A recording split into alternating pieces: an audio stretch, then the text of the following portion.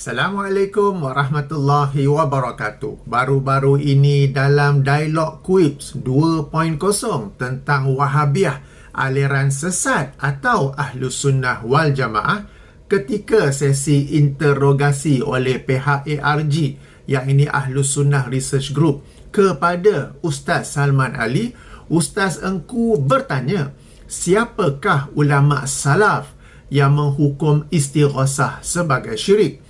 Sila rujuk rakaman dialog tersebut, minit 3 jam 21 minit dan seterusnya. Link saya berikan dalam kotak description. Ustaz Engku seterusnya mengemukakan riwayat Malik Ad-Dar sebagai bukti berlakunya istighasah pada zaman salafus salih. Baik, dalam soalan dan dalil yang dikemukakan oleh Ustaz Engku, terdapat kekeliruan dan kesalahan besar yang bukan sahaja berlaku kepada Ustaz Engku, tetapi lazim berlaku kepada kebanyakan kuburiyun di Malaysia. Perkara inilah yang saya akan ulas dalam video ini. Pertama, dalam rangka kita mentauhidkan Allah dari sudut ibadah, kita beribadah hanya kepada Allah berdasarkan ibadah yang hanya disyariatkan oleh Allah. Dan ibadah ini pula kita lakukan terus, direct atau secara langsung kepada Allah Subhanahu Wa Taala. Ini termasuk dalam silibus pengajian Tauhid 3, di mana ini disebut sebagai Tauhid Al-Uluhiyah. Antara yang dimaksudkan dengan beribadah kepada Allah ialah doa, di mana kita hanya menyeru, kita hanya meminta kepada Allah Subhanahu Wa Taala. Dalilnya ialah sebuah hadis yang dikeluarkan oleh Imam At-Tirmizi dalam sunannya, hadis nombor 3294. Jika edisi tahqiq Syekh Ahmad Syakir, hadis nombor 3372 dengan darjah yang sahih, di mana Rasulullah sallallahu alaihi wasallam bersabda, ad-du'a'u huwal ibadah. Doa itu adalah ibadah. Kembali kepada akidah kita yang mentauhidkan Allah dalam ibadah, kita berdoa terus kepada Allah, melainkan terdapat dalil sebagai pengecualian yang membolehkan kita menggunakan sesuatu sebagai perantara atau wasilah.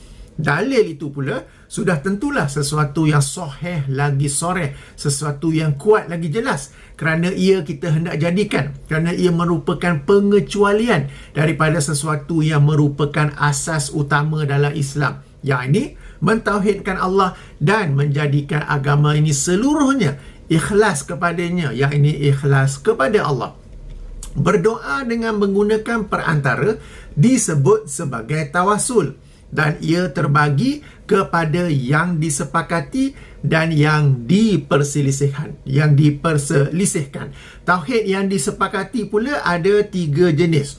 Pertama, berdoa kepada Allah dengan bertawasul kepada nama-nama dan sifat-sifatnya.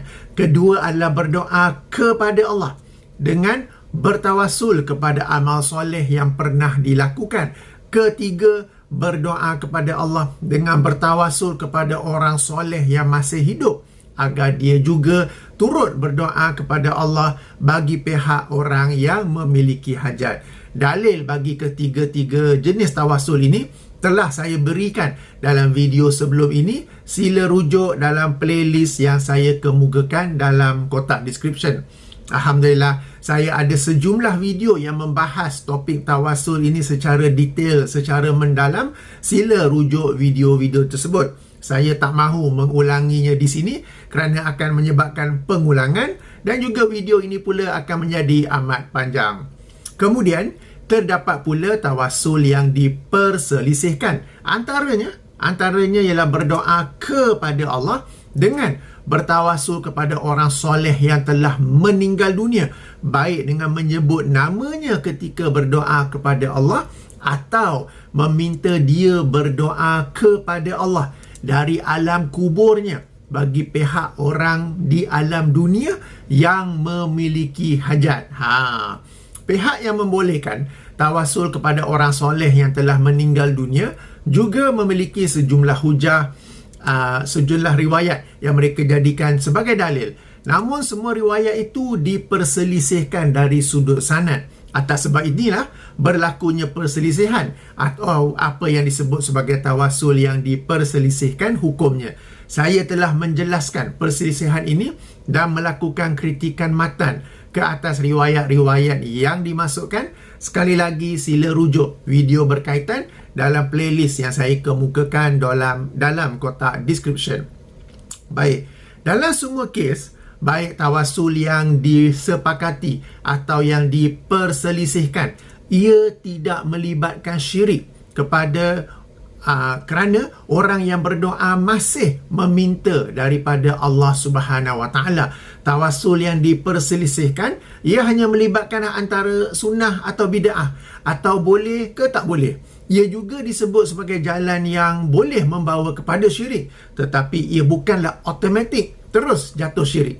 Dikatakan sebagai jalan yang boleh membawa kepada syirik kerana boleh jadi seseorang itu lisannya berdoa kepada Allah dengan bertawassul kepada orang soleh yang telah meninggal dunia, tetapi sebahagian daripada hatinya, saya ulangi, sebahagian daripada hatinya, meskipun sebahagian itu kecil saja, mungkin 5%, mungkin 10%, bahawa yang akan mengabulkan doanya itu adalah orang soleh yang dia jadikan perantara dalam wasilahnya ketika melakukan doa tersebut. Maknanya dalam rangka berdoa, lisan memang menyebut, Ya Allah, aku berdoa kepadamu dengan kemuliaan Tok Guru ini, dengan kemuliaan wali ini, kemuliaan syekh ini. Lisan sebut itu. Tapi dalam hati dia, 90% dia berkeyakinan Allah yang akan memakmulkan doa. Tapi 10% daripada hatinya, aku sebut nama wali ni, lagi power, lagi pasti doa akan dimakbulkan. Kalau tak sebut nama wali, dia tak power. Di situ boleh membawa kepada syirik, ya. Baik, ini tentang tawassul. Poin penting yang saya nak sampaikan, doa atau permintaan itu tetap ditujukan kepada Allah Subhanahu Wa Taala tentang tawassul, ya. Baik, sekarang kita masuk tentang istighasah. Istighasah secara mudah bererti seseorang yang dalam kesusahan lalu dia meminta tolong. Pertolongan itu pula diharapkan secara terus, direct atau secara langsung daripada yang dimintakan pertolongan. Contoh penggunaan perkataan istighasah ada ataupun boleh dirujuk dalam ayat 15 surah Al-Qasas, surah yang ke-28. Ini adalah ayat yang panjang. Saya baca yang berkaitan dengan istighasah sahaja, ya. Yang ini pada firmannya, fawajada fiha rajulaini yaqtatilani haza min syi'atihi wa haza min aduwwi fastaghasahu, istighasah, ya, fastaghasahu allazi min syi'atihi ala allazi min aduwwi. Bermaksud, lalu didapatinya di situ ada dua orang, di sini Nabi Musa, ya. Lalu dia didapatinya di situ ada dua orang lelaki sedang bergaduh, sedang berkelahi. Seorang dari golongannya sendiri dan seorang lagi dari pihak musuhnya. Maka orang yang dari golongannya itu meminta tolong kepadanya, istighasah kepada Nabi Musa. Justru istighasah ialah meminta tolong kepada orang lain dengan keyakinan atau harapan orang yang diminta pertolongan itulah yang akan menolongnya. Macam dalam kes ini, orang itu dia istighasah kepada Nabi Musa dengan harapan Nabi Musa yang tolong dia dalam perkelahian tersebut. Istighasah menjadi syirik dan haram apabila seseorang itu meminta kepada makhluk, baik yang hidup atau sudah meninggal dunia, apa yang merupakan hak Allah Subhanahu Wa Taala. Saya bagi contoh, ya.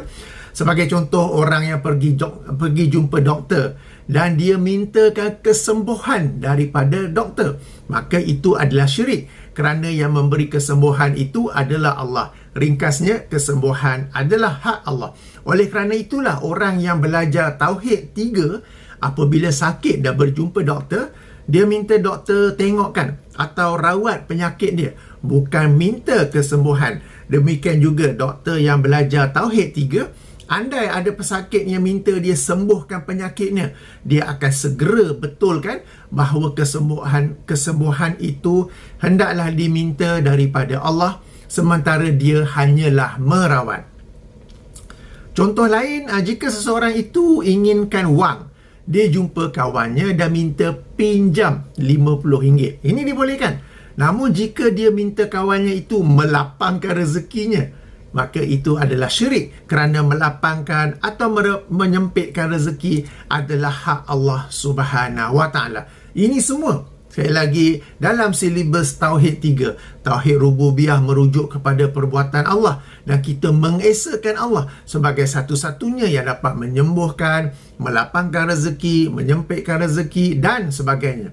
Tauhid uluhiyah pula ialah perbuatan kita dalam rangka kita mentauhidkan Allah. Maka kita tidak akan meminta kepada makhluk apa yang merupakan hak Allah Subhanahu Wa Taala.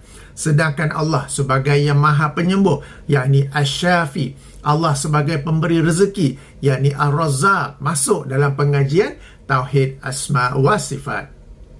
Pihak yang membolehkan istighosah dalam apa yang merupakan hak Allah, mereka beralasan bahawa syirik hanya berlaku apabila orang yang beristighosah itu meyakini bahawa makhluk itulah yang menolongnya.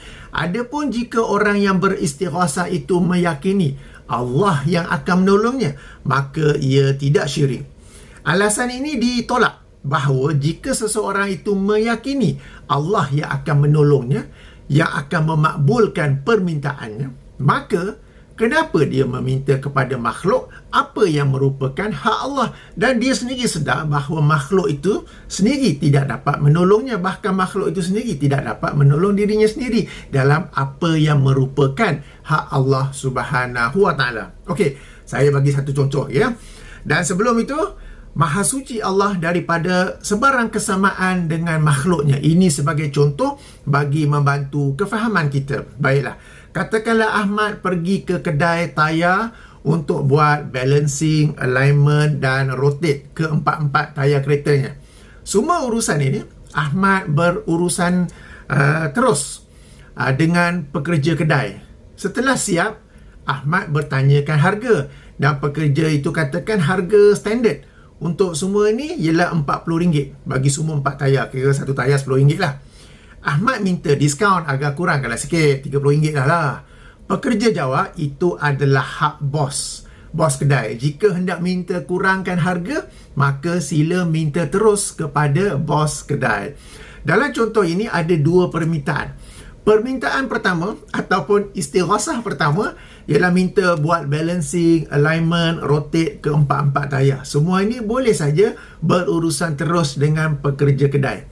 Permintaan kedua atau istighosah kedua ialah meminta diskaun. Maka ini hendaklah berurusan dengan bos kedai, kerana itu merupakan haknya.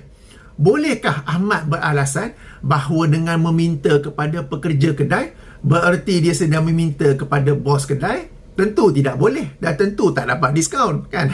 Okay. Demikian sekadar contoh Maha suci Allah daripada sebarang kesamaan dengan makhluknya. Apa yang saya cuba sampaikan adalah jika seseorang itu ingin meminta apa yang merupakan hak Allah, maka hendaklah dia minta terus daripada Allah Subhanahu Wa Taala. Tidak boleh beranggapan atau berkeyakinan bahawa apabila meminta daripada makhluk apa yang merupakan hak Allah, bererti dia sedang meminta kepada Allah. Seseorang itu tidak akan meminta kepada makhluk apa yang merupakan hak Allah, melainkan dalam hatinya tu sendiri, meskipun sedikit sekadar 5-10%, bahawa makhluk yang dia minta campur itu ada campur tangan. Makhluk yang dia minta pertolongan itu ada campur tangan dalam memakbulkan permintaannya itu. Itu rahsianya tu. Bila dia minta daripada makhluk, tapi dia beranggapan Allah yang memberikan. Kita kata macam tu, mintalah tu daripada Allah. Tak, nak kepada makhluk je. Kenapa nak kepada makhluk je kan? Dia melakukan sedemikian kerana a very small part, mungkin tak banyak, a very small part of himself, adanya keyakinan dengan makhluk itulah doa akan dimakbulkan. Merujuk kepada istighosah kepada orang soleh yang telah mati sekarang ni ya. Seseorang itu tidak akan meminta kepada orang yang telah mati, melainkan apa yang merupakan hak Allah Subhanahu Wa Taala. Ini kerana sekali lagi contoh, jika seseorang itu sakit, dia tidak akan meminta daripada orang soleh yang sudah mati untuk merawatnya. Sama juga jika seseorang itu kekurangan wang dia tidak akan meminta daripada orang soleh yang sudah mati untuk memberikan dia pinjaman tunai atau online transfer. Jika seseorang itu menghadapi masalah kehidupan, dia tidak akan meminta daripada orang soleh yang sudah mati nasihat atau bimbingan. Apa yang dia akan minta, bagi setiap contoh saya bagi di atas, ialah kesembuhan, dilapangkan rezeki atau diangkat masalah kehidupannya. Semua ini adalah hak Allah Azza wa Jalla. Maka di sinilah berlakunya syirik. Okay, saya cuba bagi satu analogi lain. Ini orang tak buat lah kan, tapi nak bagi faham kepada geng kuburiyun ni. Orang yang sakit, bila dia pergi ke kubur untuk istighosah, dia nak minta tolong, dia tidak akan minta tolong agar dirawat. Katakanlah orang saleh ni pun adalah seorang yang ada ilmu dalam bidang perubatan ke doktor. Mungkin doktor lah juga, doktor yang soleh. Dia tak akan minta, doktor saya sakit, tolong cek temperature saya. Ada termometer tak? Tolong cek bobor lidah. Doktor cek lah blood pressure saya. Okay, tiba-tiba doktor tu pun keluar tangan kan dengan mesin blood pressure ke, boleh ikat sini, ciu tu boleh dengar pressure turun kan. Ke dia akan minta, wahai doktor, sembuhkanlah penyakit aku. Sama juga kalau orang tu dia ada masalah kewangan. Bila dia pergi kubur untuk meminta, apakah dia akan minta pinjam duit? Adakah dia akan minta, ni nombor akaun saya, tolong bank in boleh tak wahai ahli kubur? Anak-anak, I bagi you handphone sekali, you boleh log in to your own Maybank to you ke, CIMB Sotong ke apa ke, boleh masukkan nombor akaun, you transfer tak kan? Melainkan dia akan minta dilapangkan rezeki. Jadi sebab tu, bila orang tu pergi meminta istighosah di kubur, dia tak akan minta hal-hal yang duniawi, hal-hal seperti merawat, minta pinjam duit, apa nasihat masalah saya, melainkan dia akan minta apa yang merupakan hak Allah, seperti diberikan kesembuhan, diberikan kelapangan rezeki, diangkat masalahnya dan sebagainya. Okay? Di situlah syirik. Baik, demikian penjelasan tentang istighosah. Sekarang ni, apa pula beza antara tawassul dan istighosah? Jawapannya, tawassul baik yang disepakati atau diperselisihkan ialah orang yang berhajat meminta kepada Allah Subhanahu Wa Taala agar dimakbulkan hajatnya. Tawassul hanyalah perantara atau wasilah. Sementara istighosah pula ialah orang yang berhajat meminta kepada makhluk agar makhluk itu memenuhi hajatnya. Tawassul tidak syirik kerana orang yang berhajat tetap meminta kepada Allah. Istighosah adalah syirik apabila orang yang berhajat meminta kepada makhluk apa yang merupakan hak Allah. Pihak kuburiyun, yang ini mereka yang hatinya sentiasa tertambat ke kubur, suka beribadah di kubur, mengambil berkat daripada kubur, meminta daripada ahli kubur, mengetahui bahawa istighosah adalah salah. Namun, mereka cuba menjustifikasikannya dengan berkata istighosah tu sama dengan tawassul. Kan? Padahal, ini kerana mereka mengetahui bahawa tawassul dibolehkan meskipun padanya ada yang khilaf. Padahal tawassul ialah, sekali lagi, meminta kepada Allah. Sementara istighosah ialah meminta kepada makhluk apa yang merupakan hak Allah. Yang pertama dibolehkan meskipun ada khilaf, sementara yang kedua adalah syirik. Tuan-tuan dan puan-puan, kena faham perkara ni dengan baik. Kalau sampai sekarang ni saya jelas punya panjang, tak faham lagi, sila rewind, tak boleh rewind kan, sila ke belakang balik dan dengar sekali lagi. Sebab apa penting nak tahu bezanya, nanti saya jelaskan. Tapi kalau setakat ni masih tak faham apa beza antara tawassul dengan istighosah, sila dengar sekali lagi. Saya dah jelas panjang lebar lagi dah, saya tak tahu nak jelas macam mana lagi. Okey, baik. Demikian ni, yang saya cerita ni mukadimah, baru mukadimah ya. Saya jelaskan panjang lebar agar para penonton dapat bezakan ya. Sekali lagi saya tekankan antara tawassul dan istighosah supaya tidak tertipu dengan helah para kuburiyun yang cuba menghalalkan istighosah atas alasan, atas hujah ia sama dengan tawassul. Baik, sekarang kita masuk kepada soalan interogasi Ustaz Engku Ahmad Fazil kepada Ustaz Salman Ali.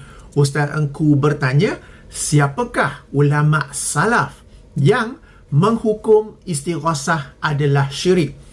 Ini adalah soalan yang salah Kerana bagaimana mungkin ulama hendak menghukum sesuatu yang tidak ada atau tidak berlaku pada zaman mereka.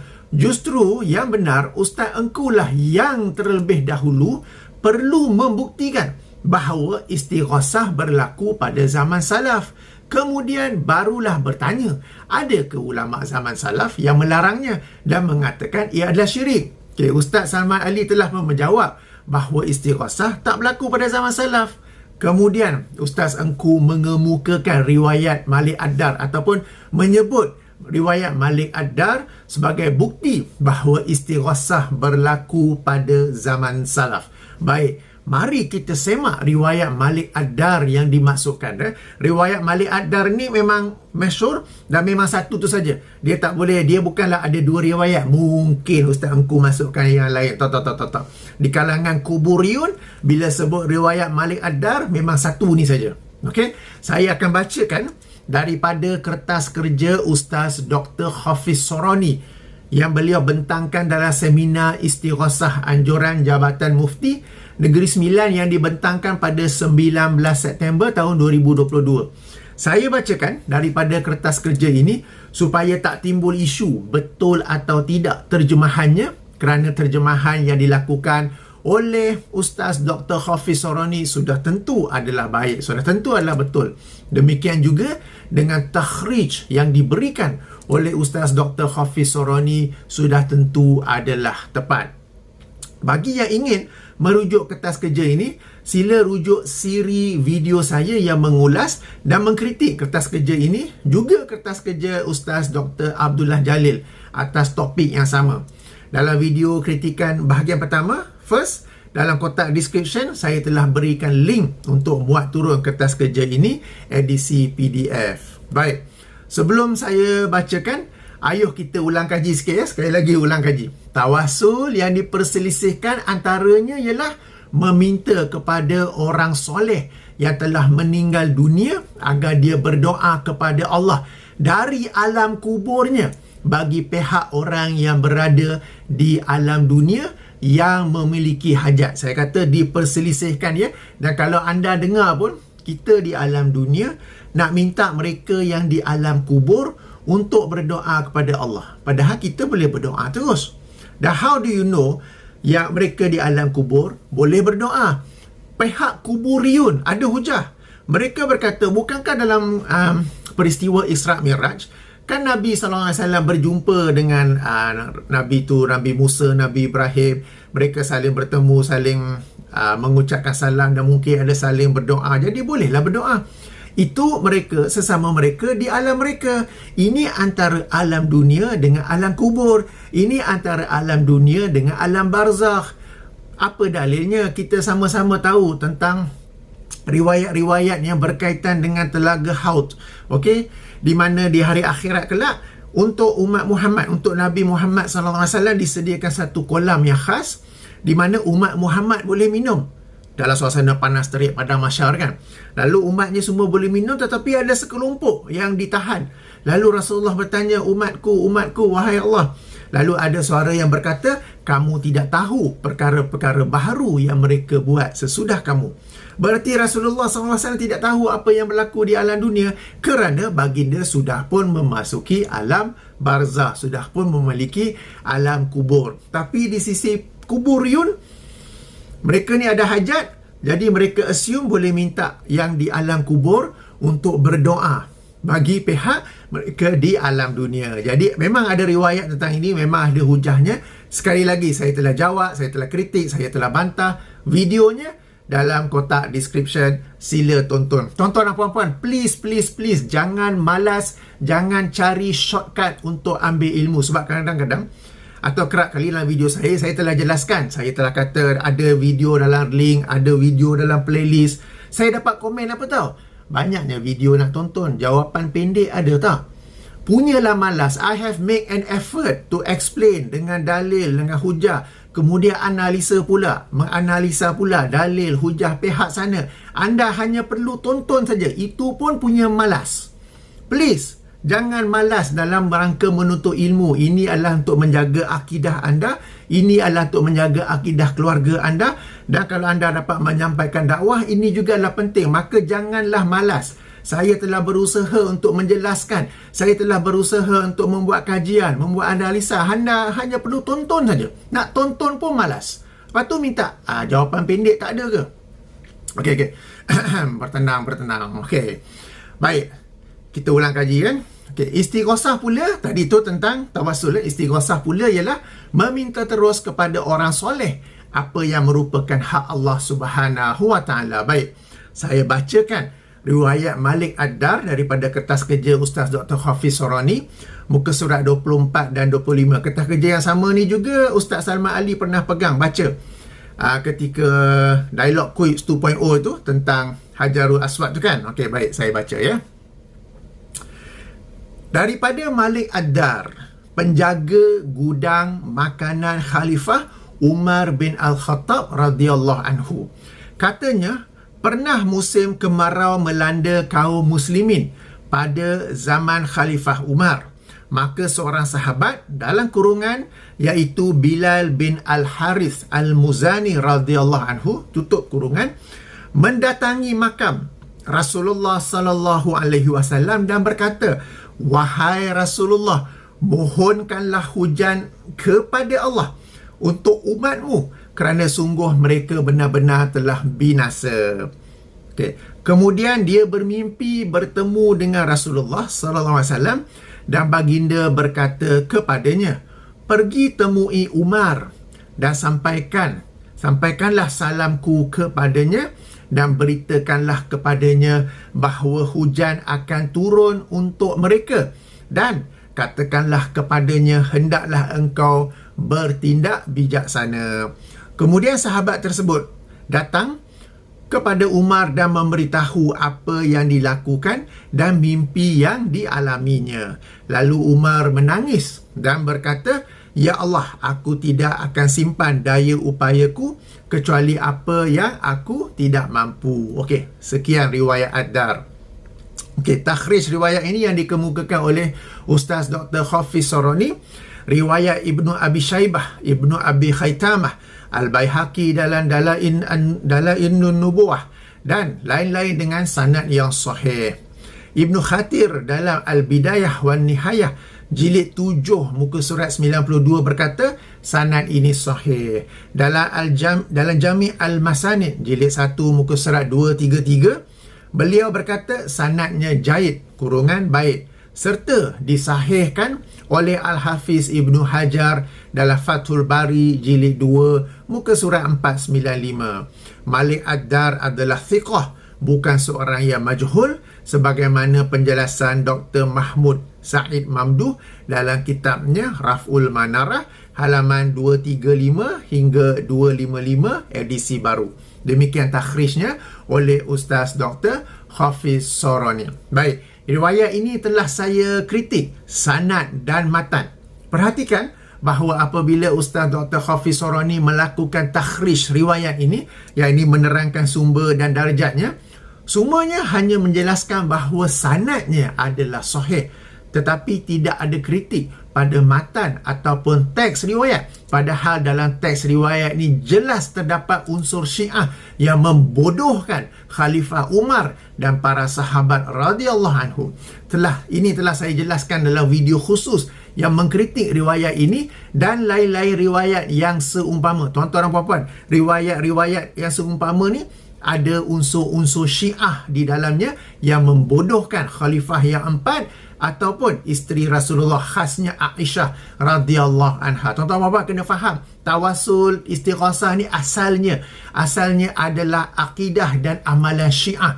Mereka bertawassul dan beristighasah kepada imam-imam mereka. Imam yang 12 tu, imam-imam mereka dah sudah meninggal dunia pun mereka bertawassul, beristighasah dengan para imamnya. Kemudian virus ini tersebar kepada sebahagian yang dalam ahli sunnah wal jamaah, ya. Asalnya ia adalah amalan Syiah. Mereka bertawassul, mereka beristighasah kepada imam-imam mereka itu. Okey. Jadi riwayat-riwayat ini kita dapat lihat ada unsur-unsur Syiah dalamnya, di mana ia membenarkan tawassul dan membodohkan para sahabat, khasnya Khalifah dan juga Aisyah radhiyallahu anha. Okey. Baik, itu riwayat tadi ya. Okey, tak mengapa. Ada kata riwayat ini sahih, sanad dan matan.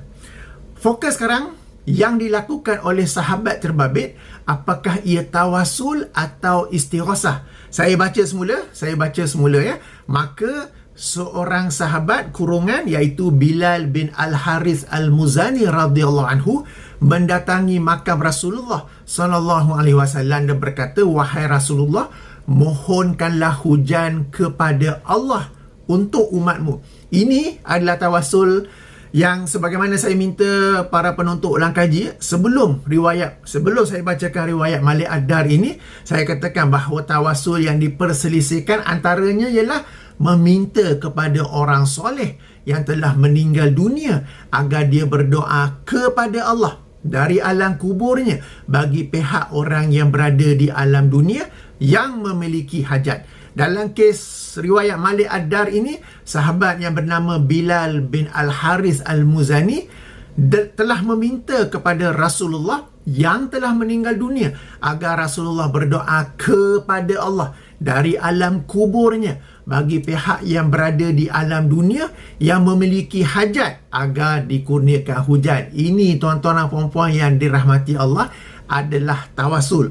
Kalau kita nak terima riwayat ini sanad dan matan, ini adalah tawasul.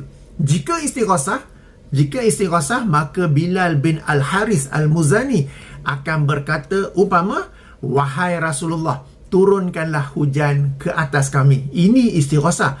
Riwayat kita baca tadi tawasul. Maka dalil yang dikemukakan oleh Ustaz Engku Ahmad Fazil adalah tawasul. Padahal apa yang beliau tanya atau yang beliau cuba jelaskan ialah istighasah yang berlaku pada zaman salaf. Salah ya, ini ialah tawasul. Ini adalah bukti yang jelas bahawa Ustaz Engku tidak dapat bezakan atau sengaja tidak bezakan antara tawasul dan istighasah. Seperkara lain, di awal video ini saya ada berkata bahawa kebanyakan kuburiyun melakukan kesalahan apabila menyamakan antara tawasul dan istighasah. Kesalahan ini baik sengaja atau tidak sengaja tidaklah terhad kepada Ustaz Engku sahaja. Bagi membuktikan hal ini, ayuh kita baca apa yang dijelaskan oleh Ustaz Dr. Hafiz Soroni setelah mengemukakan riwayat Malik Ad-Dar. Sebelum itu, gelaran kuburiyun yang saya sebut-sebut bukanlah satu makian, celaan atau apa-apa yang buruk. Ia merujuk kepada mereka sekelompok kecil umat Islam ni yang hatinya tertambat pada kubur-kubur orang soleh. Mereka beribadah di situ, umpama solat, berzikir, beriktikaf, mengambil berkat di sana dan beristighasah kepada ahli kubur. Mereka melakukan semua ini dengan keyakinan ia adalah sesuatu yang baik lagi terpuji. Bahkan mereka berkeyakinan ia adalah lebih baik dan doa di sana adalah lebih mustajab. Maknanya lebih baik daripada solat di masjid. Ia adalah lebih baik daripada iktikaf di masjid. Sebab itulah saya katakan gelaran kuburiyun ni bukan satu makian, celaan atau apa-apa yang buruk. Bezakan bahawa kuburiyun bukanlah penziarah kubur. Orang yang ziarah kubur, dia ziarah sekali-sekala atas tujuan untuk mengingati kematian dan hari akhirat. Dia memasuki kawasan perkuburan dengan memberi salam dengan apa yang diajar, dengan lafaz yang diajar oleh Rasulullah SAW, tetapi dia tidak beribadah di kubur. Bezakan dia bahawa yang pertama tu, yakni kuburiyun dilarang secara tegas, secara super tegas kalau saya boleh katakan oleh Rasulullah sallallahu alaihi wasallam. Sementara yang kedua, yakni ziarah kubur, dianjurkan oleh Rasulullah sallallahu alaihi wasallam. Kuburiyun sekali lagi cuba menjustifikasikan tindakan dan keyakinan mereka dengan menyamakan antara beribadah di kubur dengan ziarah kubur. Saya alhamdulillah ada siri video khas yang menerangkan tentang apa yang boleh dan apa yang dilarang tentang kubur. antara kuburiyun dan ziarah kubur. Link dalam kotak description. Tuan-tuan dan puan-puan boleh dengar, boleh lihat sendiri begitu tegas Rasulullah SAW melarang apa yang sekarang ini dilakukan oleh kuburiyun. Dan perkara ini bukan sahaja Salafi yang melarangnya. Sefaham saya Asy'ariyah juga melarang keyakinan tindakan kuburiyun. Sefaham saya Asy'ariyah juga melarang. Ini bukan kaitan dengan Salafi sahaja, bukan kaitan dengan Ibnu Taimiyah sahaja. Saya difahamkan Imam Ar-Razi juga wafat tahun 606 Hijrah. Sebelum Ibnu Taimiyah, beliau juga membantah keras golongan kuburiyun.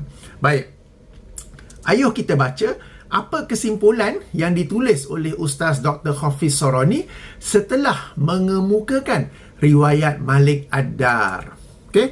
Beliau menulis setelah tu, perbuatan sahabat tersebut dan juga sikap Sayyidina Umar radhiyallahu anhu dan lain-lain sahabat radhiyallahu anhum yang tidak mengingkari perbuatan tersebut menunjukkan jika perbuatan beristighasah kurungan meminta pertolongan kepada Nabi SAW itu menjadi satu kesalahan, maka pasti Sayyidina Umar atau para sahabat yang lain akan mengingkarinya. No. Itu bukan istighasah, itu ialah tawasul. Maka jelas bahawa amalan tawasul dan istighasah ini telah diamalkan oleh sebahagian ulama sejak dahulu lagi. No.